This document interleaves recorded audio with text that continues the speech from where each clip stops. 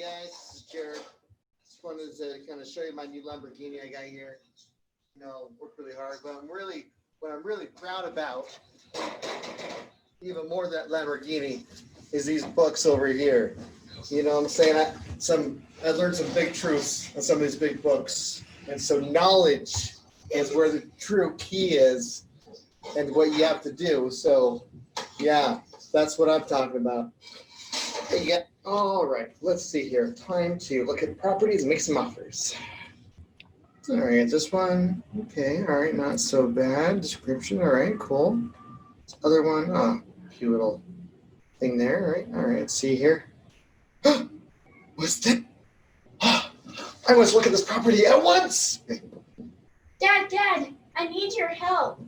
Not now, little girl. The description is all in caps. This must be urgent. Dad, I have a problem. No time for that. Property description is all in caps. I must act immediately. All right, let's foreclosure, bankruptcy, or their house is condemned with meth or even fire. You can offer to buy their house for cash. Hang on a minute. I know what you're thinking, but Jared, I don't have cash to buy someone's house or even a team to flip it. Don't worry, we will come to that in a second. You and the seller agree on the purchase price, a closing date, and you get it all in writing using your local real estate purchase contract. The next step is you find a cash buyer that's looking for his next big deal. You tell them about the deal you have under contract. He's excited for the chance of getting another deal with big profits. You offer to sell your rights to the contract for assignment fee. Let's just say for this example, $10,000. 2 weeks later, closing, you get $10,000. And all you did was sell the rights to the contract. Okay, so technically you never sold paper, you just sold the rights to your contract, but it's still worth $10,000. And it's a win-win scenario. The seller wins, the buyer wins, and you win. Foreclosure, bankruptcy, or their house is condemned with. All right, cool. Well, I wanted to highlight a little bit of that. We'll talk about this, but the power of social media and the different platforms to kind of create a following and to find your voice and also have fun in real estate. So, Jared, thanks so much for joining us, man. I really appreciate being on today. It's my pleasure to be on. Thanks for the invite. Yeah, man. So we're going to jump right into this. So let me introduce you. And man, I feel like I get nervous saying people's last names. How do you pronounce your last name? Brenchley. Brenchley. Yeah. Where's that? What background is that? So it's English. It's English, British, whatever you call it. There's a little town in England. It's called Brench. And then Lees is a place where you would, watch your flock, whatnot. So that's where my name original came from that town. And then that little, like watching sheep and whatnot. Awesome. Okay, cool. All right. So here's Jared's bio. Jared has been investing in real estate for over 4 years. Before that, Jared comes from humble beginnings as a Walmart manager for 12 years. Jared started his real estate investing career with a fourplex and hasn't looked back since. Jared, after a few years of trying other strategies in real estate, has finally found his calling in the ability to find motivated sellers. Jared has spent the last 18 months focusing on wholesale real estate. Jared averages 2 deals a month. Jared has recently added real estate agent to his belt this last year. He owns multiple companies, contractor, where he's part owner in a painting company, his real estate company, a lead generation company, where he generates over 2,000 leads a month in Utah alone. The same lead generation company, Silverback Leads LLC, has developed a revolutionary app where it can send mailers, skip trace phone numbers, send text messages, pull owners info, deal analysis, calculator, CRM system, send mass emails to buyers, and much, much more, all in one app. Jared tries to give back as much as he can. Jared has a YouTube channel, How To Real Estate, and a podcast by the same name, helping and teaching people the basics of real estate investing. Jared has worked with and mentored many newbie investors to help them land their first and second deals. Jared is a proud father of 1 boy and 2 girls. He has a loving wife that supports him and all of his crazy ideas. Yeah, it doesn't sound like you have too much going on, man. You ought to have a few more things to your plate. Yeah. Whenever I get really excited, I'm like, honey, I have a great idea. The first thing my wife says, we're not starting another business. Like, oh. Let's keep the ones going that you got. Well, cool. Well, I want to, kind of start like I have with a lot of people, is to just kind of build up and talk about your background a little bit. Eventually leading into, why real estate, but I love having guys like you on that maybe spent so much time in like a W-2 job that was totally trading, time for money. And then, that kind of aha moment of like, how do I get out of this? So let's start kind of, quickly from the beginning and kind of tell us a little bit more about who you are, where you came from, and kind of up through, you getting started in Walmart. Sure.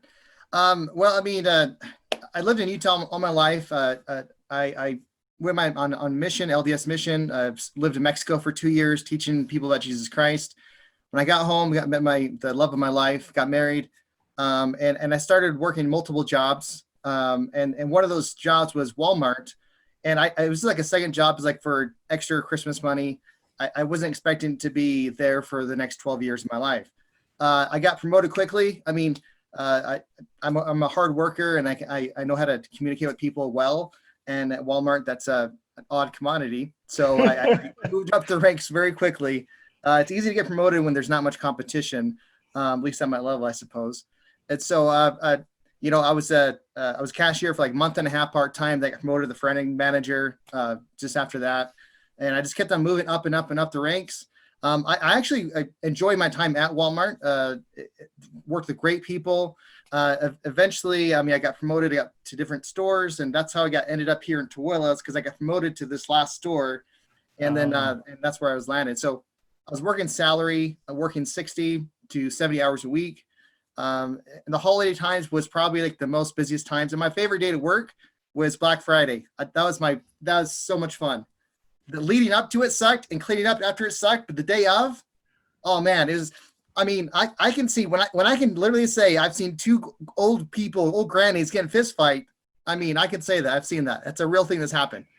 That's so incredible. It's very entertaining because you can't do anything. You just kind of watch the crowd and let them do what they're going to do. But I got to a point where, working 60, 70 hours a week, managing 400 people. It was when my wife got pregnant with our third child, because there's like 8-year gap between the first two and this last one.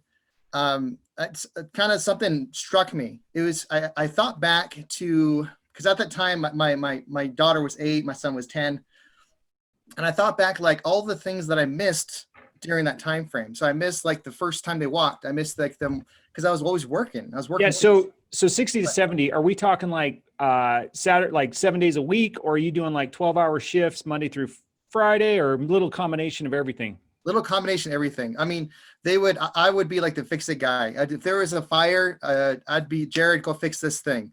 So I'd go overnights to work overnights for 3 weeks. Then I'd go to days and just do whatever needed to be done, whatever the store manager needed me at the time. And that's one of the reasons I got promoted too. I was able to fix things and get things going. So, yes, I'd work 7 days a week. Sometimes I would normally at least have one day off for sure. But a lot of times I'd go to work because I worked salary, but I knew things had to be done. So I'd go involuntarily. So it's not like, it wasn't like they were like whipping me or anything like that. But I was just dedicated to my job and overly dedicated, you might say. And so I'd work massive amounts of hours. And whenever it got busy like that, the option to, volunteer extra time wasn't there. Of course, it was mandatory. So like I would miss a lot of like the kids opening presents and Christmas. Yeah. Never saw that. So that's kind of where that was my life. Right. So, at the time, I didn't really see much of a way out. So I started to search for different ways of doing it because when my wife got pregnant, like I said, it was kind of like a turning point. It was just like I didn't want to miss the same things that I missed with my other kids. Yeah. I wanted to be there for those first steps. I wanted to be there. I wanted to be a dad, not like who's that bald guy that sleeps here sometimes. Right. I needed something more for my family. So that's been a massive motivator for the past 4 years. And so when I found it, when I got into the real estate education company, I kind of grabbed onto it with both hands. I was just it became an obsession. I was obsessed. Yeah, you were obsessed. Yes, yeah, I was obsessed. And eventually, I started learning, and I started, and I didn't really have I didn't have like a one-on-one mentor. I just basically watched the classes and took action. That's all I really did. So, but I'm guessing like you don't have a lot of time to do much of any, like, obviously you're not even Oh, home, yeah. right? So you kind of like, what was it that sparked with you about the real estate though? Was it kind of a combination of like a desire to just break through and get out of that wheel that you really were in nonstop at Walmart? I'm guessing there was a huge comfort level knowing that you're the man there, you're getting a consistent paycheck, like Right. you're the boss, right? You know, a little bit of an ego thing, maybe a little bit, Of but course, yeah. 100%. I mean, Um, so I mean, I was like the go-to fix-it man, and I, even though I complained about it, but I really loved it. You know, I Yeah. loved being the go-to guy. I really did. The ego was definitely there. Like I'm self-aware enough to realize that and to recognize it too. And it was a treadmill, and it was just, and I've seen positions come and go in Walmart. Like I literally know, like, one of my bosses, he was there for 20 years, and then he was let go like that, for nothing, respectively. So I kind of realized my secure job was not secure, you know. Sure. And so what kind of brought my attention to me as far as real estate was getting the potential passive income, because there's, as the listeners probably already know, there's two main ways to make, there's different ways of doing it, but there's two forms of income with real estate: massive and passive. I mean, there's lots of different ways to get both those, but Yep. that's basically what it comes down to, right? So I really was interested in getting some of the passive income so I could do whatever I want. I could go to the Bahamas with my kids for 3 weeks or 10 weeks or whatever, and still have income coming in. So that was the biggest thing for me. It was like, okay, be able to sit on the beach and sip drinks and relax, the dream. That was my initial, like, okay, this could be cool. Okay. I love it. So how was it up to this point, other than maybe, I don't know, maybe you owned a house at that point or whatever, but had you done anything else with real estate? And then how old are you? I just kind of want to give a idea for people out there. Yeah, I'm 38 right now. So I started right around when I was 34, 35, right around there. That's when I started into real estate. So, I mean, midlife, pretty much, pretty close. I mean, not a young whippersnapper by any means. No, I love it though, but it's just another highlight. Like, I've had, people that didn't get started till they were 55, right? Or some guys that started when they were 16, like a Dakota that was on there, or Tim started when he was like 14 or 15 as well in high school. So I guess it's cool. Like, I know people are on this call, they're like, still, how do I get good? It's like, it doesn't matter how old you are, it doesn't matter when you start. It's just awesome to see you start. And I got to imagine that was like pretty scary. Because at some point, and talk about this, not only did you probably invest money to start learning about real estate, but you're also getting prepared to like cut the rope of this security blanket that you've had for 14 years. You got 3 kids, growing family, overhead with your household, and you're kind of cutting free with no income. Yeah. Yeah, absolutely. I mean, I before I did cut ties with Walmart. I mean, and I did what I could. I started to make money first, then I cut ties with Walmart, of course, because I was the main breadwinner. My wife, she cut hair on the side, but it was kind of more play money than anything else. So yeah, I mean, my kids were looking upon me and I had no experience. In fact, when my first deal, I went to probate. I went to the courthouse, found all the probate lists. I was calling them. I was just like kind of shaking. And when they said yes, I was like terrified, like, oh crap, now what do I do? I mean, like, that yes made me so much anxiety. Like, I can't even tell you, because I just like, now what? They said yes. I was hoping they would say no, even though I wanted to say yes. It's interesting emotion. Yeah. But that's normal, right? Like, yeah, I think so. You probably still get nervous a little bit making calls, maybe not to the same level, right? But you always hear about athletes or performers that you look at them, you're like, they do this all the time, but there's stories all the time about you just kind of have that moment where you get freaked out. So that's really cool. I mean, I'm sensing a theme though with you that's going to continue throughout this call is you are just 100% not afraid to just jump in and start doing, even if it's not perfect. Well, right? and here's the thing. I'm constantly afraid. The thing is with I don't think fear really ever goes away. I really don't. And you hinted on that too a little bit earlier, but courage is not the lack of fear. Courage is acting even though you're fearful.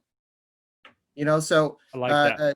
And yes, and I'm 100% like, I'll just jump in there, do it, because I've always kind of realized that I'm going to suck at stuff and I'm okay with sucking. I mean, like, so the first time I called, I knew I wasn't going to be a good call. I knew it was going to be sucky. I knew the first flip was not going to be the best flip in the world. I knew that the first time that, I sent out a mailer, this is not going to be the best mailer in the world. But I knew that if I kept at it, it will be maybe not the best, but one of the best if I keep at it. Or if I never stop, it can't be the very best. Right. So that's just my mindset. Like, I'm okay with failure because I know it's just a part of the process. I love that. And everyone needs to realize that and then be reminded there's not a perfect way to do it. There's not a perfect way to make that call. I mean, yeah, you can get better and there is a good, better, and best, but the worst thing you could do is not do anything. That's way suckier than just sucking at it. Right. Absolutely. So 100%. This is why I love your story, man. Like, we're going to get into it. You've done so many cool things in 4 years. Okay. So you kind of double dipping a little bit, starting to get some momentum with real estate. Then when was that moment when you're like, okay, no more, that's my last W-2 check I'm getting for the foreseeable future. And I'm all in on this. Yeah, definitely. So, I mean, I've had a couple flips under my belt. I mean, I had more in the works. It was, we had money in the bank, and it was my wife. She was the one that actually told me, like, you know what, you need to cut ties. You need to cut ties with Walmart and just do this full time, because she believed in me. And she's always been my biggest supporter. And the thing is, when I said biggest supporter, there's been many times where she's literally told me, Jared, get off your ass and do something. You know what I mean? And that made me like, oh, you're just being naggy. But to me, that's massive support. I mean, to one, give me the support they needed. You can do it. And also to kick me and push me where I need to be pushed, So I sincerely, strongly would point out that, the good and the bad, she's been like the massive like pillar. So sorry, I digress. No, but it's so important. You do need to have a support system. And if, you're not married or you don't have a significant other, that, you need to find that somewhere. And sometimes you find it in a community, you find that like, in a group or, different investor clubs, or maybe you partner with somebody or whatever. But man, that's cool. Okay. So you're off. You're like, I'm done. What was that like going in? Terrifying. Yeah. I mean, I bet it was, right? Terrifying. I mean, I worked Walmart for 12 years, man. I mean, 12 freaking years of my life. And this was, that was part of my identity as I'm a Walmart manager. I mean, that I introduce people. Yeah. I mean, that's what do you do for a living? That becomes your identity in some forms. Right. And so, and the security and knowing that I got kids and my kids are old enough, or at least two of them are old enough to realize, like, if we don't have enough money, they can realize that if dad doesn't make money, then we may actually be, they have the realization that, oh crap, we might be in the poorhouse. You know what I mean? Yeah. Like toddlers, that's not even in their real house, but like 10, 12, 14-year-olds, they understand, like, oh crap, this could go bad. So like, I even had that pressure to do well, to, make them have that security of not being fearful of their potential future as well. So it was terrifying. It really was.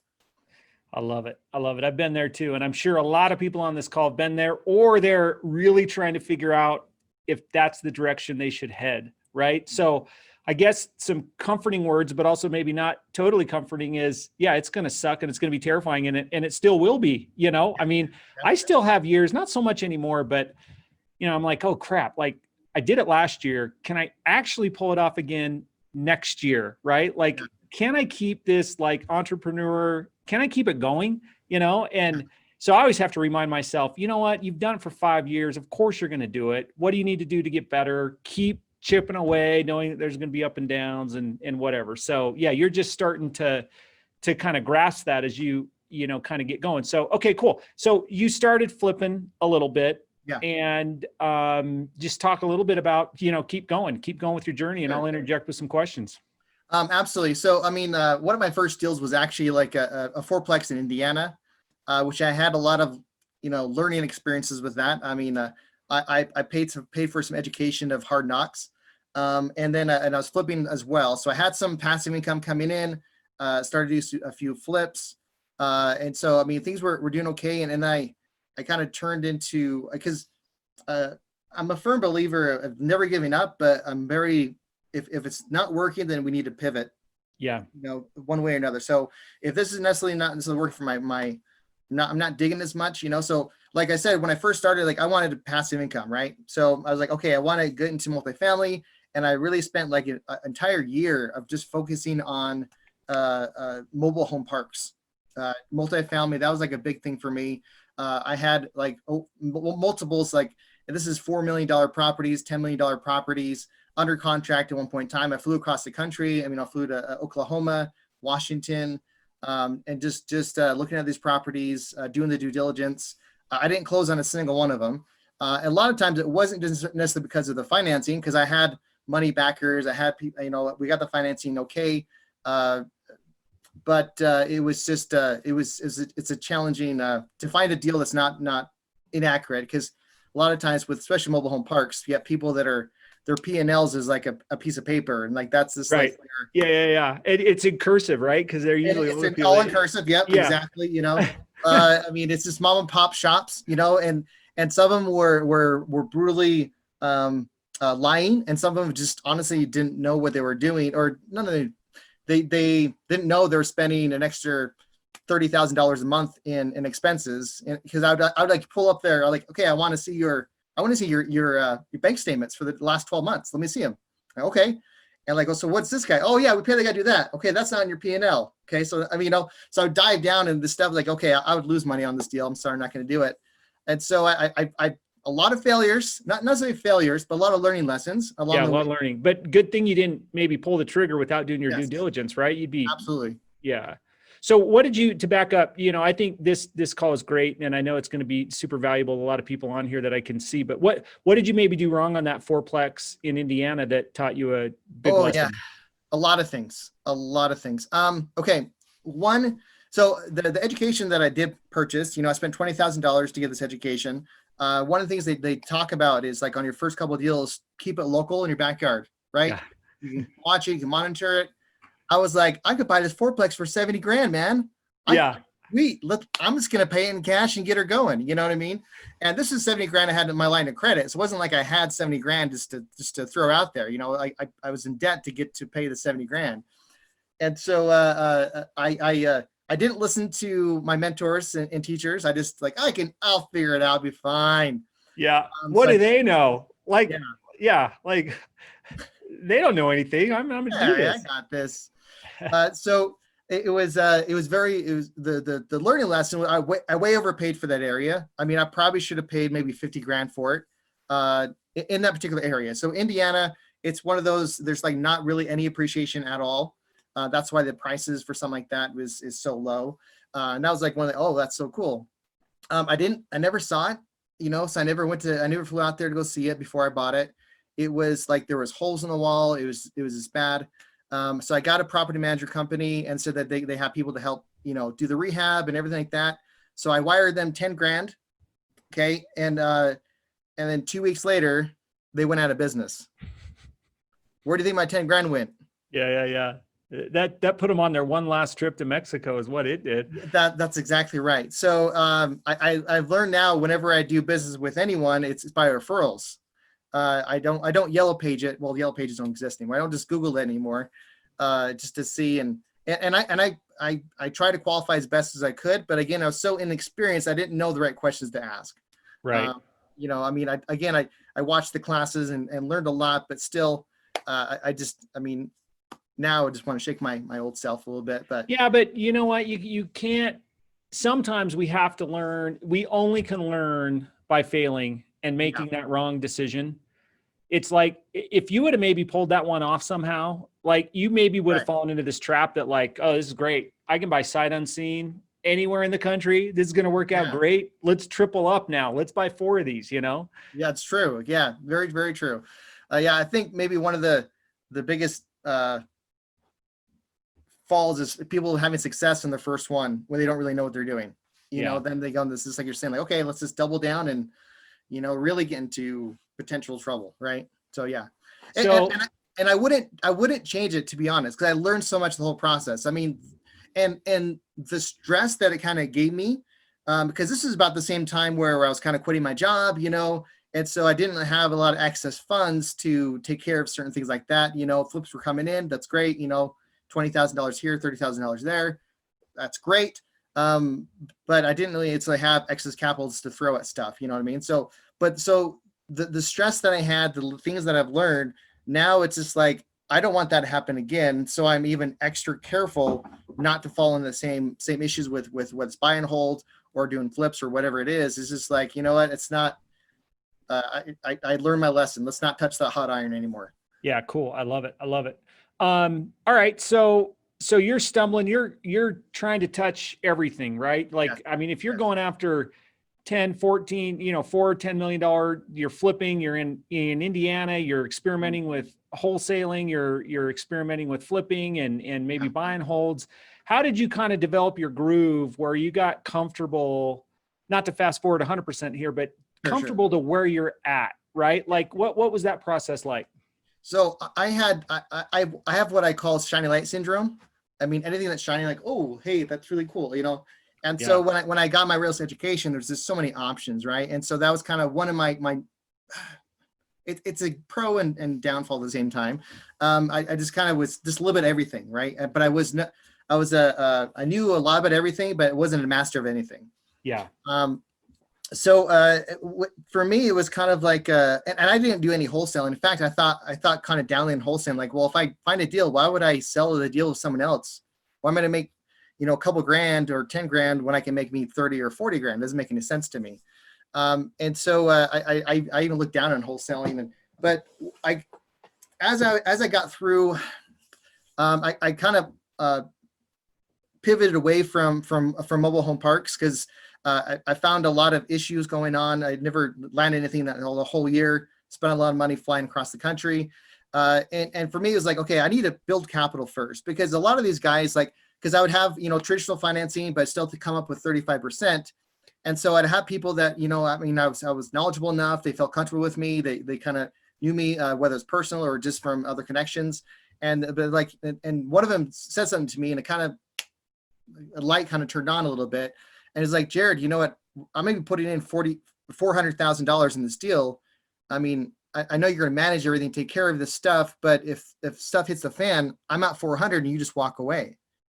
And I was like, well, I mean, what do you say to that? I mean, like, you're right. I mean, yeah, it's kind of hard to argue that. I mean, so it was like, okay, I need to build capital. It was like, okay, so I'm gonna pause my efforts and time of looking at parks, looking at multifamily prospects, and I need to go into building capital. Then I can push that capital into longer term holds and things like that. So that's when I was like, okay, so I'm start doing flipping. And then another light kind of towards the same area is like, I had a flip and when I first dived into like building capital phase, like I did a flip, and one of the pipes burst and like flooded the entire house, like the day after we did new floors. And I was like, oh, this is distressful. And I was like, well, I'm really good at finding deals. Why don't I just find a deal, get her in a contract, and then sell it for 10 grand? Like, it was just kind of like, oh, what? Yeah, that makes, why am I spending my time? Why am I worried about the market, whether it's going to change? Why am I worried about dealing with my money partners, my equity partners, grabbing hard money lenders, and dealing with the contractors where I had a whole slew of issues with the contractors as well. So I was like, well, and I can just turn and burn. I can focus on something that I'm good at, that I figured that I was good at. And I can just lean into that 100% and just shut off everything else and just do that. So that's what I did. That's what I got into wholesaling. So I kind of did the opposite. I kind of went into, the fourplex, then flipping, and then wholesaling, where people kind of do the opposite. They start wholesaling, then flipping, and then go into multifamily. But that was kind of the opposite pathway. Yeah. But it's pretty good that you're very self-aware, right? Like this is maybe going to either burn me out, or maybe this is not my highest and best use with what my skill set. Clearly you're skilled and are skilled to do all of that stuff if you wanted to, right. But I really liked what you said, lean into what you're best at. I mean, in other vocabulary, like focus on your unique ability, right? Or your superpower, whatever that is. And clearly you are really good at connecting and talking to people, managing people, and probably, I mean, looking back, all those years at Walmart probably gave you a ton of empathy and the ability to learn and listen to people and their problems and how you can help them, which I'm sure has been so helpful in talking direct to sellers. 100%. Yeah, absolutely. I mean, I'm an introvert. I mean, and people when they meet me like, no, you're not. They're a liar. They don't believe that. I mean, being extrovert can be learned. Anyone can be an extrovert. It just takes more mental energy. That's it. So being in that Walmart scenario and being over people and charge people, like I got to the point where like, if this fails, it's not the people that are under me that fail. I failed, Yeah. so it got me that pressure and pushed me out of my box. And so I learned a lot, like how to manage people, how to talk to people, communicate to people, because my name and my career was on the line. So I was like, burnt is basically, I learned to be an extrovert and communicate to people because it was burned the ships. I didn't have any access at that time. I didn't have any really other good avenues. So like I had to succeed. So it forced me to be an extrovert. It forced me to learn how to talk to people, to communicate, to empathize, and to listen to their, half the time it's just, even with dealing with customers, it's just listening to them and repeating, being active listening, repeat back what they say, and then they're chill again. I do the same thing when I'm negotiating, like, oh, you lost your job, and I just repeat everything back to them, like, oh, this bald guy, he understands me. He understands it all, and you're naturally gifted at that. But did you take any classes or scripts or how did you kind of learn to perfect, or not perfect, but like keep getting better at the listening and talking and that kind of thing? I listen to book. Well, I do audiobooks all the time. So I say read, but I'm rarely sit down and read, but like I'll listen to stuff all the time. And so I listen to a lot of the negotiating books, and just psychology books. Like I am a psychology. I'm fascinated. I'm fascinated about psychology. If I'm not talking about real estate, I'm doing something about psychology. NLP. I've taken NLP courses. Neuro-linguistic programming. And so I just kind of built upon the experience and knowledge of other people and learning from other people, and just kind of put it into practice. For me, like I can read something, I can watch a class, but if I don't put it into practice, I don't learn it. So yeah. I've gotten a habit whenever I read something or do something, listen to something, I try to put that into action. Otherwise, I know I'm not going to learn it. So whatever technique that they do, okay, I'm going to try that. I'm going to write myself a little note. Okay, I'm going to try to do this one thing as I'm talking to them and see if that works. Right. And then if it does work, then it's like, okay, then it's like graved in my brain. I'm like, okay, I know I can do this. Yeah, it kind of becomes a habit. Yeah. And predictable. Okay, I'm going to interrupt you here for a minute, and then I want to get back to like now in your wheelhouse, you're kind of in your groove with your app and your lead generation and all that stuff. But the other stumbling block new people always have, and you mentioned on it, build capital or your funding sources. What have been successful ways for you, especially when you first started out and you didn't have a lot of experience? How did you share your story, get confidence of others that had money that you didn't have to believe in you, believe in your deals, and front the money for equity? Or, I mean, obviously I'm a hard money lender. The hard money is easy when someone comes to me with equity and down payment. That's not a big deal. But how have you navigated that when you started? Mm-hmm. And then how did it become easier? That kind of thing. Sure. Obviously when you have a bunch of deals under your belt, it's easier to show people some experiences like, hey, this person is that or that. But when you're first starting out, it's a little bit more challenging. And my circle influence at the time was Walmart people. Yeah. And God love them. They're hardworking. One of the greatest people that I've met in my life, right? Are the people in Walmart, right? But however, they don't have a ton of capital, right? They're not going to like, oh yeah, Jared, I know you. You're my boss. I'm going to drop down $100 grand right here. Like if you had $100 grand to spare, you're not working at Walmart. I mean, right. So it was, and my family members, they do well enough, but I was still the little brother that wasn't. I'm not going to. Show me some success first, Jared, and then we'll talk. Right. So I partnered with. I connected myself to a lot of real estate communities.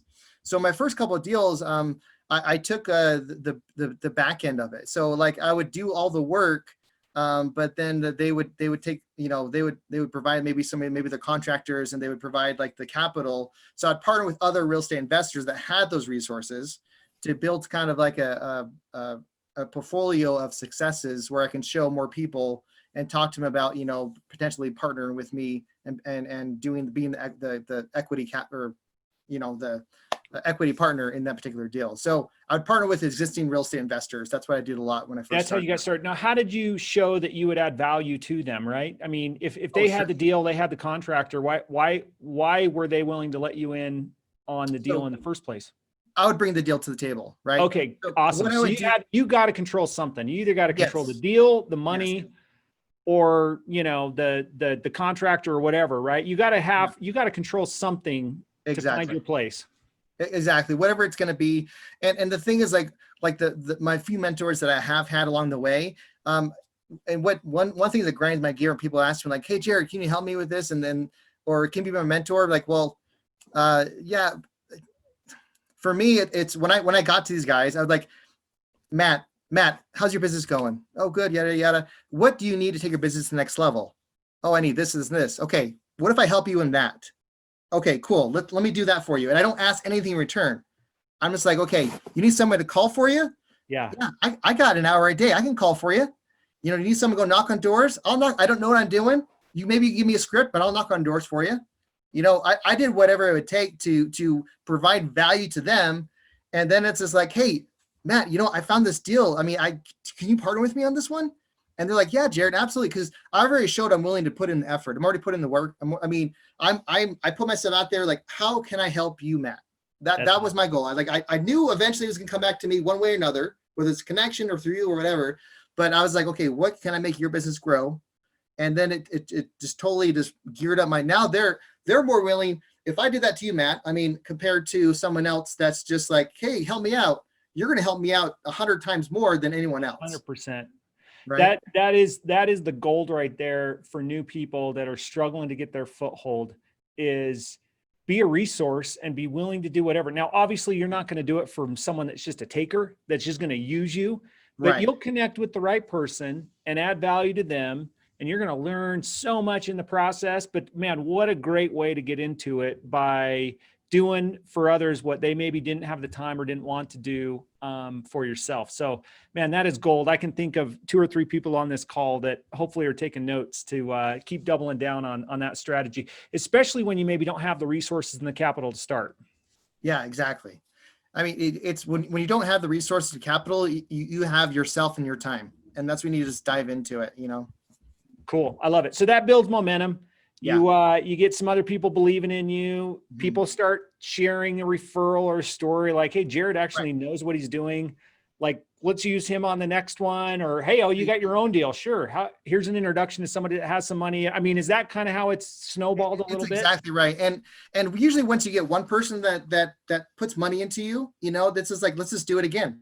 Yep. In fact, this last one that's funded the deal in this Tooele deal I did, I actually bought their property.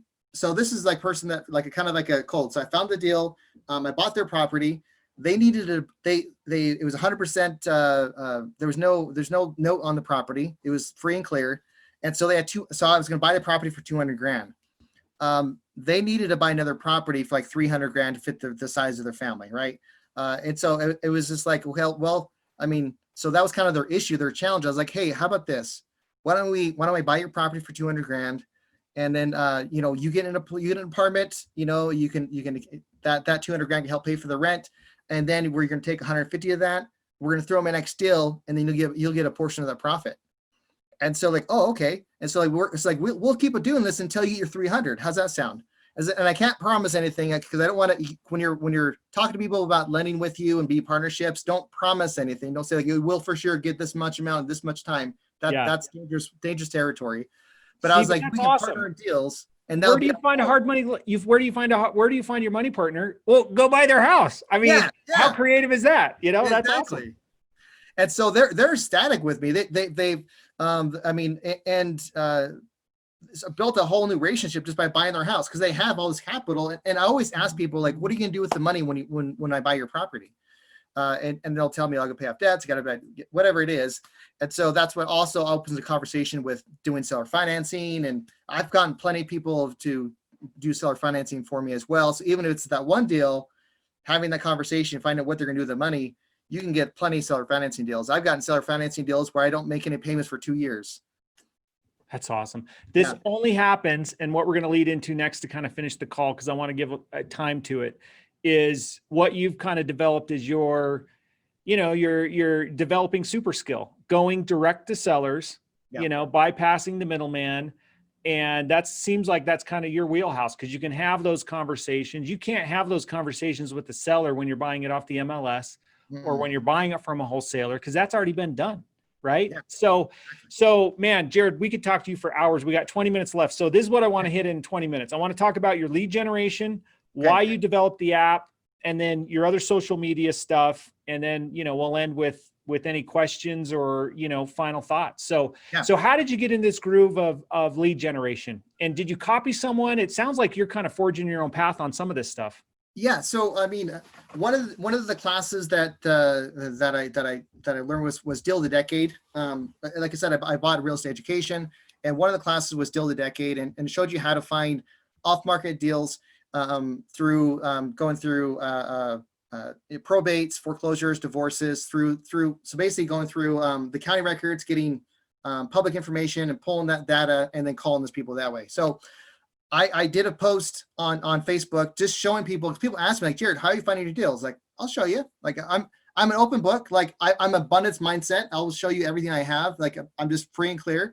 And so I did a post, and it was like, this is what I do. I go to this website, then I check if they own this website. This is how I pull up their phone number, and then this is my call script. And I did like an hour post, and just threw it out there. Whoever wanted to listen to it, do it. Go ahead. My brother, he's a computer programmer. There's 7 kids in our family. I'm the youngest. He's the oldest. We, in the last 2 years, we probably spoke to each other more than we have the other 36 years in our entire lives. Yeah. But he's like, Jared, you know what? I can write a program to do that in seconds. Like, my attention is peaked. Yeah. Right. Bro, help me out. Yeah. So, and I was like, Dave, we can sell. I mean, if you can do that, we can actually sell the leads. Like, people buy them. Like, and then his interest was peaked. And so that's how it started. I mean, that's how we were able to. So we were pulling all this data. So someone files for divorce today. By next Wednesday, I have their name, number, and address. So just to interject. So Facebook connecting families once again. Yeah. Exactly. Yeah. I mean, and so I mean, he's super smart. He developed a program. I mean, pulled the phone numbers, everything like that. It's just. And we branch out other states as well. We do a little bit of California. We have stuff going in Vegas as well, Nevada, and so we have different pockets. But yeah, that's kind of how the lead generation company started, and we just sell the leads from there. Okay, so you're actively following up on your own leads, but you're now selling those leads to other investors around the country. Yeah, exactly, 100%. Yeah. So cool. I mean, it's pretty cool, and hearing people's success stories, like, oh, I found this deal on calling your list on your leads. Like, that's awesome, man. I love it. It's pretty cool. Okay. So that obviously transitions into your app. Why? I mean, there's Deal Machine, there's Driving for Dollars. Why does the world need another app created by Jared? Right. Great question. I mean, there's so many apps out there. And so, and again, I wasn't like necessarily going into that. I need to develop an app. That was never in like my thoughts. I was like having a conversation with my brother. Again, it was just like, it kind of generic developed. Like there's so many apps, there's so many things, but I wish there was this one that does everything. Yeah. And he's like, well, what's everything? Because he doesn't do real estate. He's just a computer programmer. He's super smart. He just does stuff. He just makes magic happen. Like, I don't know what he does. He just does stuff. And like, I wish an app that can, pull up phone numbers, that we can, it can drive for dollars. It can click on a house anywhere in the country and pull the information, like deal analysis. And I just started going off, and it's like, okay. And then I think I can do that. Like, what? Okay. My interest is piqued, Yeah. So a year later, we have the app developed where, and the whole thing is like to be cradle to grave. And because there's apps that do stuff similar to this, but they're like $200 a month, and then you're paying additional stuff on top of it. And so it's like, well, what if we do it like for like, cheap, like $30 a month? Even people that starting out can afford $30 a month. I'm going back to my Walmart days. Like, okay, what would I be able to get into, as I'm starting out? So $30 a month where I can find a deal and actually close the deal using the app, be able to track it, do everything else together. And I don't have to go to other apps and do anything else. It's just all in one, cradle to grave. And we're adding things to it as well. We're adding like a DocuSign type scenario where it's going to have contracts filled into it. I mean, it's pretty cool. I don't know. I'm biased though, of course, but Well, no, but it's cool. I mean, just kind of from following you from the outside looking in, you know, you were always talking about it a little bit and Yeah. then requesting feedback. Like you started out on Android, right? It maybe took Yeah. a little bit of time to bust the bubble to get into Apple, and you're iterating it. And now you have subscriptions, right? Yes, And yes. you're doing lead generation. Okay. So where is your business? What does your business look like today? What's the scope of like where you're focusing your time and how you're making money? So the big chunk of my time is still in wholesaling. So I'll close a deal about once every 2 weeks or so, you know, and that's like the wholesaling. I try to keep at least one flip active at a time. I think I will eventually be getting multiple flips at a time. It's just flips take a lot of time out of my schedule. So I just try to keep one in there, you know, that's the beauty of being a really good wholesaler, is that you can pick the best, the nice and best, and keep it and sell the rest, you know. So that's pretty nice. Like this one, like just an example, the one we're doing right now, we're putting it, I bought it for 190. I'm putting 25K. We're gonna make like $50,000 on it. I mean, it's pretty, anyways. But so and then also a lot of time into the marketing. So my brother does all of the aspect as far as like programming, all that stuff, and I take it from once he's done with the product, I sell the product. So marketing the app, building ads for it, that's kind of my aspect on that as well. So it's been very right now I think I'm probably putting in about 60 or 70 hours a week as well. But I'm like at home most of the time. So I mean the good thing about that is like I can stop and go play with my 4-year-old whenever I want, and you know. Yeah, but this is building towards that bigger future that you talked about at the start of the call. Yes. Because what is your end game? You said it a couple of times, but it was, Right. you know, have passive income, Mhm. right? Yeah, to have passive income where I can spend time with my family. That's basically about it, right? And so that's part of my and I'm building my wholesaling business where I can where I can step away from it and I can still go. So I have something called, we don't have time to go into it right now, but I'm building it where it can continue to roll, and while I can walk away from it, with acquisition managers and things like that, where they can kind of do the business and keep on going, and I can walk away from that and kind of have that be in passive income, in addition to building the capital to finally buy that mobile home park where I'm looking to get, you know, to get them passive income going that route as well, in addition to having passive income from the app as well. So that's kind of where all the loads lead to, is to be sitting on the beach. I love it. So what does your team look like now? Are you still kind of a solo entrepreneur? Do you have, I mean, obviously your brother's helping you, or Yes. do you have, what does that look like? What does your structure look like right now? So right now I have several VAs, virtual assistants, making phone calls for me. I have a lot of people that are working with me, and this is part of where I'm kind of teaching and training people. So one of I'm trying to duplicate myself as much as humanly possible, right? So a lot of people that are looking to get into real estate, they maybe bought real estate education, the same education I got, but they don't have someone to hold their hand to walk through the whole process. So I'm like, okay, how about this? You find a deal, you get an appointment, and come with me, and then we'll close it together. So that's been another big lead source for me as well, is that other people, like, they're doing the legwork, and like I'm offering the huge value of like, okay, how about this? You find the deal, I'll do everything else. I'll show you how I do everything else. And eventually you don't need me anymore.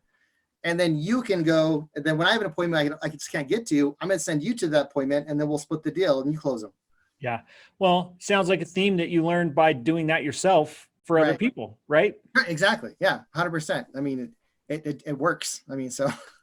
I love it. Okay. So that's great. So, is this any formal program that you have to do this, or is this just more of like when people reach out to you or people in your sphere of influence are like, hey, Jared, how can I get involved with you? And they're proactive, or do you have, I mean, have you created some sort of training program or something like that for other people? It's not necessarily a training program. It's just more informal. Because when I talk to people about what I do, what I can help them, 100% of them are always like, this is just what I wanted. About 5% of them will actually do anything with it. Yeah. So I'm at the point in my career where I don't have time to waste my time, people that are going to waste my time. Yeah. So I will present like, hey, this is what we're offering. This is what we're going to do. The ball's in your court. If you want to take action, do it. If not, don't waste my time. And I'll tell them that too. And I'm nice about it, of course, but it's just like, if you're willing to put the sweat equity in, Because a lot of times people are like, oh, I want to get in real estate because it's easy. It's not easy. It's not. It's a grind. Yeah. When I first signed up, it was someone that sold me the education. He said it was an easy cakewalk. You'd be a millionaire. Like, oh, sweet, awesome. I want to be a millionaire. Yeah. It's not a cakewalk. It's not easy. You're going to fail a lot. And so I work with people that are willing to do, and that's the biggest thing. So people waste my time. That's like my biggest. So that's how I weed people out. Is just like, I don't chase them. If they come to me and then they stick at it, they still follow up on me, then yeah, man, I'll teach you everything I know. I love it. I love it. What have been your most successful strategies in finding leads from sellers? It sounds like you're really, really good on the phone, and you've trained your VAs to be good on the phone. Obviously with your app, you're doing mailers and stuff like that. What are your top, right, successes? Probably so I have many funnels, and what I suggest for newer people is like work on one funnel, make money, then build another funnel on top of that, right? So I have many funnels. Probably my most lucrative funnel is driving for dollars, to be honest. And that's kind of points towards my app, as like where kind of how it developed it and what I wanted. And that's probably my most lucrative, is just driving for dollars or having other people drive for dollars for me.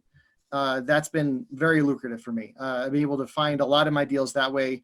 Another one is also just warm market. I mean, it's so cool.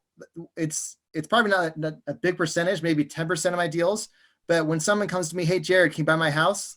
Sure. That's like the coolest thing ever. Right? So putting myself out there a lot. I mean, I'm always posting on social media. If someone doesn't know you're in real estate, that's your fault. Right. And so I want to put myself out there and be front of mind as much as I can. I mean, mailers, phone calls has been another, probably calling my own lead list has been probably second to, like, as far as like lead funnels being most successful, apart from driving for dollars. That's awesome. All right. We're kind of wrapping up here. I just forgot. Oh, okay. So how have these other social media things benefited you? Some of them you probably do for fun and just to experiment, right? Like, yeah, everyone talks like TikTok's the next thing, right? Like, I mean, obviously is a huge thing now, but have you gotten leads and deals from, say, TikTok, your podcast, your YouTube channel, obviously from Facebook you have, but is that some of that stuff just still kind of a experiment and kind of fun to play around with, or have you seen some tangible benefits from it? So I have seen tangible benefits from Facebook 100% on all facets of my business. I mean, I'm at my limit as far as like 5,000 friends. I'm right at the limit. So, but I interact with groups, have thousands of members as well. And so I've gotten deals from people trying to sell, people trying to partner. That's been a huge, as far as like my podcast and YouTube channel, they're both fairly small, but I've found a lot of people to partner with me on deals and things like that. TikTok, nothing's really happened with that yet. I'm experimenting with that. I mean, I tell people I'm really funny, but I mean, that's yet to be seen. You are funny, dude. We showed that video up front, I like it. Right. It's so, I'm okay with making making a joke here and there. My dad jokes are strong. So TikTok, I really haven't seen anything with it. I think, and I'm trying to appeal to the lighter side or the younger community in that particular, because that's where the app is. So I don't know what TikTok's going to be. I don't know what that is yet. I'm just experimenting. But it's kind of fun. In the little one that I watched, like, you get your kids involved. That's a way for you to connect with your family and your, your daughter and stuff like that. So that's way cool. Yeah. All right. I always like kind of asking this question again, Jared. Thank you so much for being on. I just posted in the chat all the links to your stuff, your information. And so two questions before we end. The first one, what can people do for you? I mean, I'm guessing obviously check out your app, right? Maybe give it a whirl, give it a shot, see if you can get some 14 paid days for free. Oh, it is free right now? I mean, you got to pay for something. The first 14 days are free, right? As far as so the description is $29, and then obviously quit whenever you want, but you're not going to want it because you're going to find deals. So why would you want to? I love it. And how can people reach out to you? I just posted all your info, so hopefully that's okay. But no, absolutely. I mean, you can call. My phone number's on the chat, so you can give me a call, a text, a message. If you call, I'm usually talking to someone or doing something, so I respond better to messaging, text message or messenger on Facebook or whatever it is. more than happy to communicate. And again, if people are trying to learn and do stuff, I'm willing to partner with them, help them along the way. But as long as they take action, I mean, the people that take action and do stuff, I've spent hours with them on the phone, walking them through the deals and doing things like that, and JVing with them. And if they're willing to put in action, I'm willing to spend the time with them 100%. Well, you're a great man, dude. I've benefited from this call a ton. And the theme, if you guys didn't pick up on this, is don't be afraid to fail, take action, try new things. If it's not working, abandon it, go in a different direction, keep having fun, smiling, talking to people, learning, networking, all of that stuff, but do it. Don't just talk about doing it, do it. Right. So, all right, Jared. So if we're having this conversation 3 years from today, what will need to have happened for you to feel like you've had success? Because your personal life's important, your family life, but also your professional life. Like 3 years from today, that's like double the time that you've been, or almost, twice the time that you've actually been in real estate, right? So absolutely. Where's your bigger vision? Like, where do you think you're headed? 100%. So my vision for 3 years from now would be that I'd be able to have my wholesale business operating without me being an active member in that, where I can still get deals and still get stuff coming through to me nonstop. So that'd be like when I'm out of it, where I can just kind of put that on auto play. And then also with the app, of course, lead generation, where we're actually my goal would be to retire my brother. That's the biggest thing. He's in his early 50s. He had a battle with cancer. He won it. So I really would like to get this app big enough where he doesn't have to work anymore. And obviously that means more money for me as well. So yay, win-win. Sure. Yeah. Yeah, definitely. And that's very plausible within the next 3 years. I love it. Well, thank you again for joining. Much success to you. I'm going to keep following your activities, and hopefully we can do a deal together. And everybody check out his app, check out his social media channels. And thanks everybody for joining. We're going to take a week off of this call next week, but we'll be back at it the first week in December. And so everyone have a great day. And thanks again, Jared. You're the man. I really appreciate it. Yeah. Thank you. Take it easy, everybody. Thanks so much. Thank you.